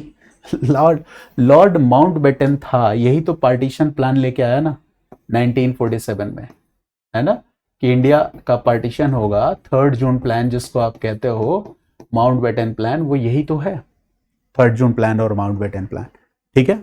बट यहां पे देखो हिस्टोरिकल डिबेट्स किस बात को लेके हैं, यहां एक वर्ड यूज किया गया है, partition was the only practical solution. It was the only feasible solution. तो इसी बात को लेके हिस्टोरिकल डिबेट है कि was partition of India the only practical solution. ठीक है, तो यहां पे देखो क्या क्या चीजें हैं। ट्रांसफर ऑफ पावर कैसे हुआ, ये बात आपको समझना है। You need to know the basics about deadlocks, कि what were the deadlocks between INC and Muslim League, Indian National Congress और मुस्लिम लीग के बीच क्या डेडलॉक थे। साथ ही साथ what was the deadlock between Indian National Congress and British government. उसके बाद आपको यह भी समझना है कि वो कॉलोनियल अथॉरिटीज जो इतने लंबे, जैसे नॉन कोऑपरेशन मूवमेंट में हमारी डिमांड क्या थी, Swaraj with in 1 year, but हमें स्वराज नहीं मिला। सिविल डिसोबीडियंस मूवमेंट हमने शुरू किया, पता ही है आपको, ठीक है, कि हमने पहले क्या मांगा, डोमिनियन स्टेटस, वो भी हमें नहीं मिला। नेहरू रिपोर्ट में डोमिनियन स्टेटस मांगा, वो भी नहीं मिला। फिर हमने सीडीए में कंप्लीट स्वराज की बात की, पूर्ण स्वराज की बात की, वो भी हमें नहीं मिला। बट ऐसा क्या हुआ that colonial authorities were very hasty that they took this decision, ठीक है, in a very short span of time, कि जल्दी से हम डिसीजन लें और यहां से चले जाएं, इंडिया पाकिस्तान 2 हिस्से में बांटकर हम यहां चले जाएं। Why they thought that partitioning, dividing India or partition of India into India and Pakistan will politically work, practically work, it is administratively implementable. Why they thought like this? Problems तो आज भी जुड़ी हुई है ना। उस समय कॉमनल टेंशंस थे, पॉलिटिकल डेडलॉक थे आईएनसी और मुस्लिम लीग के बीच में, पॉलिटिकल डेडलॉक्स थे आईएनसी और ब्रिटिश गवर्नमेंट के बीच में जो सॉल्व नहीं हो रहे थे। We all know this, okay. So there are important historical views around this. Basic चीजें तो हम जानते हैं कि between INC and British government, okay, second world war से ही, beginning of second world war, we C what, Linlithgow offer, फिर इस तरह से हम क्या देखते हैं, August offer, Cripps offer, okay, Wavell plan, cabinet mission plan. तो we see that one after another हम क्या देख रहे हैं कि different offers were given to Indian National Congress and they are rejected one after another. ठीक है, cabinet mission plan पूरी तरह से रिजेक्ट नहीं हुआ, उसकी बहुत सारी चीजों को हमने अडॉप्ट किया, बट फाइनली उधर इंडियन नेशनल कांग्रेस और मुस्लिम लीग, वहां भी डेडलॉक को खत्म करने की बहुत सारी कोशिश हो रही थी। Rajagopalachari formula, Desai Liaquat talks, you all this and you all know about the adamant nature of मुस्लिम लीग, है ना। वो पाकिस्तान से कम कुछ भी एक्सेप्ट करने के लिए तैयार नहीं थी। Direct action day, communal violences, you all know about this. तो देखो हिस्टोरिकल डिबेट क्या है। Nationalist historians like Bipan Chandra will say कि पार्टीशन जो था ये अवॉइडेबल था, यानी विभाजन को होने से रोका जा सकता था, है ना। विभाजन क्यों हुआ, तो विभाजन होने के पीछे 2 लोगों पे मेन जिम्मेदारी थोपी जाती है by nationalist historians. Nationalist historians put blame on 2 things, first British policy, और दूसरा ब्लेम वो डालते हैं मुस्लिम लीग की पॉलिटिक्स पे, adamant nature of Muslim league.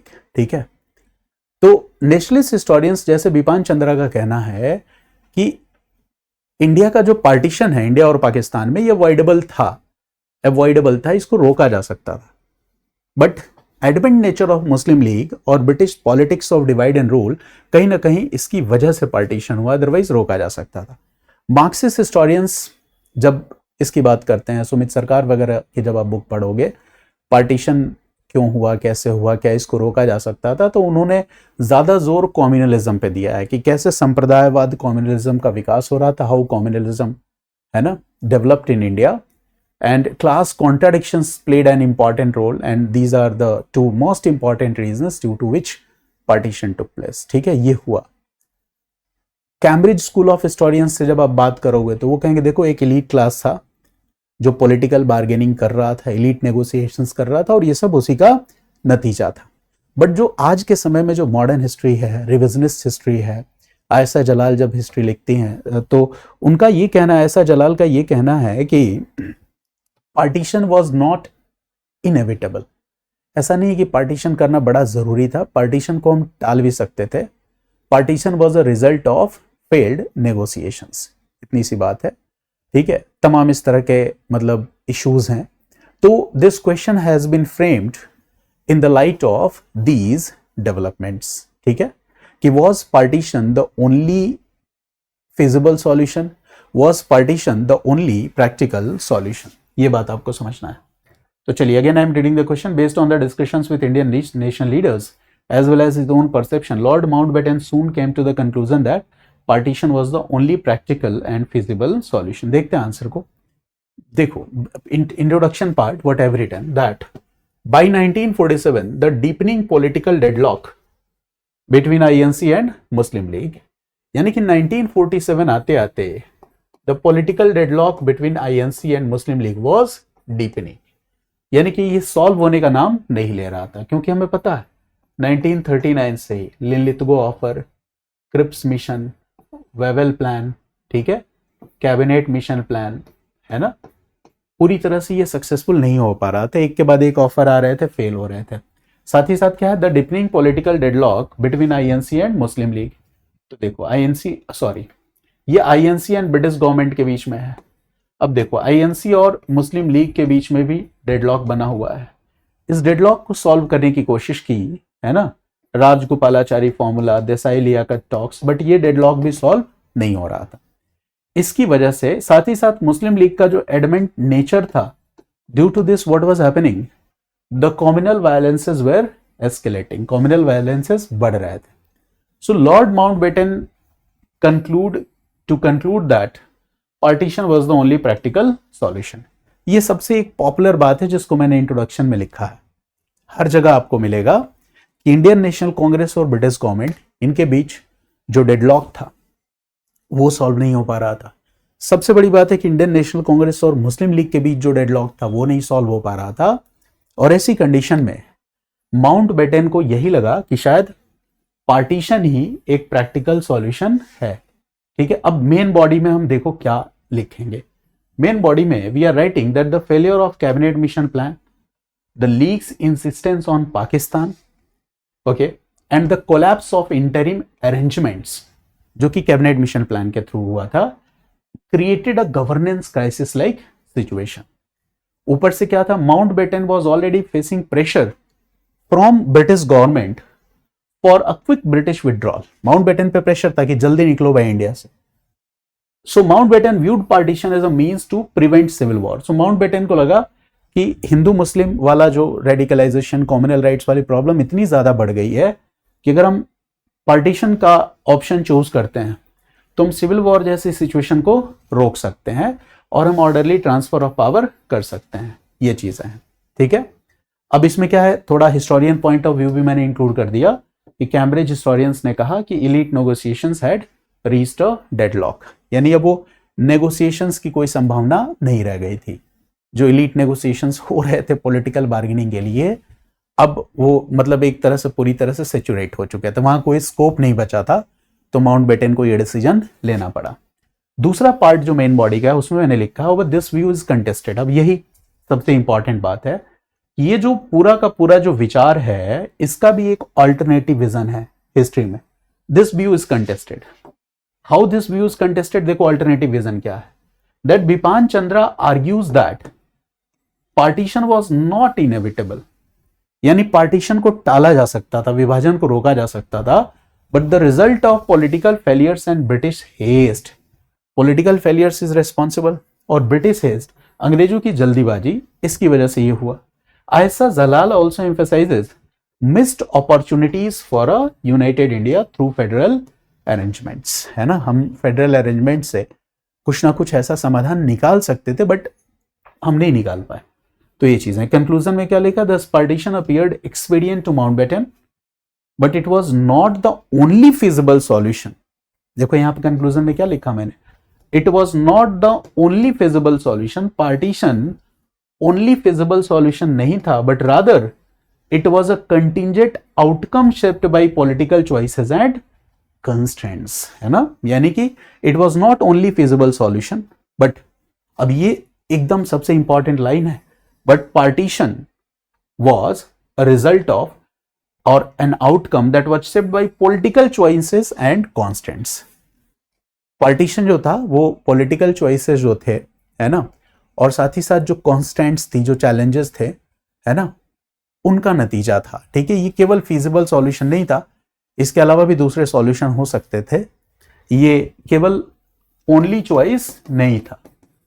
feasible solution इसके अलावा भी क्या था, ये अवॉइडेबल भी था, ये नॉन अवॉइडेबल नहीं था, ये अवॉइडेबल भी था, ओनली सॉल्यूशन नहीं था, ठीक है, और भी कुछ हो सकता था। तो देखो हमने सारी बातें बता दी कि क्यों कहा जाता है कि it was the only choice available, it was feasible, it was the only choice. दूसरी बात भी हमने बता दी क्या क्या प्रॉब्लम्स थी, बता दिया बिपिन चंद्रा क्या कहते हैं, ऐसा जलाल वाली बात भी बता दी, और लास्टली हमने कंक्लूड कर दिया इसको। सो दिस इज द आंसर, ठीक है।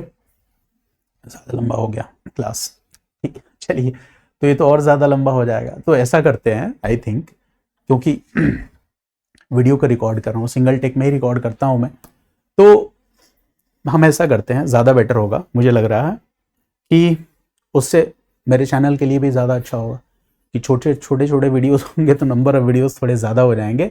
तो अचानक मेरे दिमाग में ये बात आई कि क्यों ना हम कुछ ऐसा प्लान करें कि जैसे मॉडर्न इंडिया में एक पूरा का पूरा सेट हमने क्वेश्चन का डिस्कस कर लिया ना, we have completed the discussion of one complete set. तो अब हम थोड़ा सा मॉडल चेंज करते हैं। क्या मॉडल चेंज करते हैं? देखो ये 2020 का पेपर 2 हो गया, ये पेपर 2 का सेक्शन ए हो गया मॉडर्न इंडिया। और मॉडर्न इंडिया में क्वेश्चन नंबर 1 जो है, क्वेश्चन नंबर 1, इसके अंदर कितने क्वेश्चन है? 10 मार्कर 5 क्वेश्चन, जो हमने आज की क्लास में कवर कर लिया। इसके बाद मैं एक दूसरा वीडियो रिकॉर्ड कर देता हूं, ठीक है। उस वीडियो में क्वेश्चन नंबर 2 मैं डिस्कस कर लूंगा, जिसमें ये 3 क्वेश्चन आ जाएंगे। फिर हम एक तीसरा वीडियो बना लेंगे जिसमें क्वेश्चन नंबर 3 हम डिस्कस कर लेंगे, जिसमें 3 क्वेश्चन आ जाएंगे। फिर इसके बाद हम एक और वीडियो बना लेंगे क्वेश्चन नंबर 4, यानी कि यहां हमारे पास स्कोप हो गया कितने वीडियोस का? 1 वीडियो की जगह हम कितने वीडियो बना लेते हैं? 4 वीडियो। तो आपके लिए भी आसान होगा, है ना, कि 4 वीडियोस का target, video 1, video 2, video 3, video 4, आप आसानी से, है ना, आराम से छोटे छोटे इंस्टॉलमेंट्स में, जैसे हम ईएमआई का करते हैं, ठीक वैसे ही छोटे छोटे इंस्टॉलमेंट्स में आप क्या करोगे, 4 वीडियोस जैसे ही देखोगे तो आपका 2020 का मॉडर्न इंडियन हिस्ट्री का क्वेश्चन पूरा हो जाएगा। तो मुझे लग रहा है कि ये मॉडल ज़्यादा ठीक है ना। ऐसे मेरे लिए भी थोड़ा काफ़ी ज़्यादा हेक्टिक हो जाएगा, और मैं नहीं चाहता कि वीडियोस की लेंथ को या डिस्कशंस को थोड़ा मैं कम करूं, क्योंकि जब हम बहुत डिटेल्ड वे में डिस्कस करेंगे तो ultimately this will be helpful for you. अगर when I will come and read the PPT, so this is not going to be helpful for you. वो बिल्कुल सही तरीका नहीं है, उससे आप लॉन्ग टर्म में गेन नहीं कर पाओगे। हो सकता है वीडियो उस समय देखने के लिए अच्छा लगे।